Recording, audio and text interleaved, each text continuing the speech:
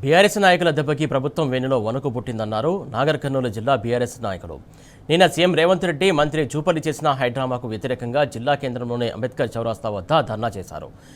సవాల్ విసిరి తోక ముడిచినటువంటి జూపల్లి జూలో పిల్లి అంటూ నినాదాలు చేశారు. కాంగ్రెస్ మంత్రులు చేసినటువంటి సవాల్ స్వీకరించి చర్చకి వచ్చినటువంటి బీఆర్ఎస్ నాయకులను అరెస్టు చేయడాన్ని తీవ్రంగా తప్పుపట్టారు. బీఆర్ఎస్ నాయకులను అరెస్ట్ చేసి అందరినీ ఒకే వ్యాన్లో సిటీ అంతా తిప్పి ఇబ్బందులకు గురి చేశారని మండిపడ్డారు.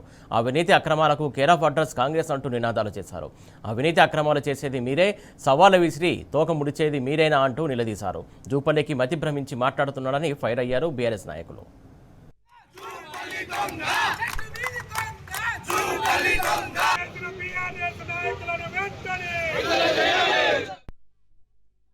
ఈరోజు తెలంగాణ రాష్ట్రంలో జరుగుతున్నటువంటి డ్రామా అంతా ఈరోజు ప్రజలు చూస్తూ ఉన్నారు. ఈ ప్రభుత్వం మంత్రులు సిగ్గు లేకుండా అవినీతి పైన చర్చకు రమ్మని చెప్పి సవాలు విసిరి మరి చర్చకు సిద్ధమై ఆధారాలను తీసుకువస్తున్నటువంటి టీఆర్ఎస్ నాయకులను పోలీసుల చేత అరెస్టు చేయించి మళ్ళీ సిగ్గు లేకుండా మేము ఇక్కడ కూర్చున్నాం రమ్మని చెప్పడం ఎంతవరకు కరెక్ట్ ఆలోచించాలి. ఈ డైవర్షన్ రాజకీయాలకు అనుగుణంగా ఈ రోజు రైతు బంధు పడుతుంది ఎన్నేసోడో చూద్దామని ఎదురు చూస్తుంటే ఈ వేసేది 110 మంది.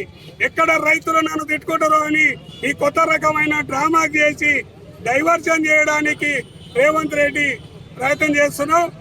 రాష్ట్ర పరిపాలన గురించి మా 2.5 ఏళ్ల పాలన, మీ 9.5 సంవత్సరాల పాలనలో అభివృద్ధిలో మేము ముందుందామా అని చెప్పి చర్చకు పురిగొల్పి మొత్తం లెక్కలతో సహా నిరూపించుకుంటాం.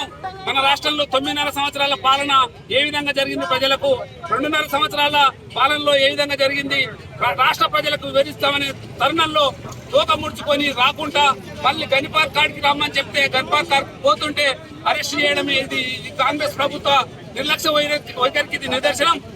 ప్రజా పాలన కాదు, ప్రజా కంటక పాలన నడుస్తా ఉంది.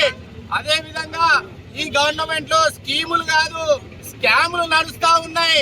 అదే విధంగా ఈ ప్రభుత్వంలో సంక్షేమ పథకాలు కాదు సంక్షోభం దిశగా ఈ రాష్ట్రం అడుగేస్తా ఉంది. అదే విధంగా గత 10 సంవత్సరాల్లో కేసీఆర్ గారు చేసినటువంటి అభివృద్ధి ఏ విధంగా ఉన్నది, ఈ రాష్ట్రంలో కాంగ్రెస్ ప్రభుత్వం వచ్చిన తర్వాత ఈ 2.5 సంవత్సరాలలో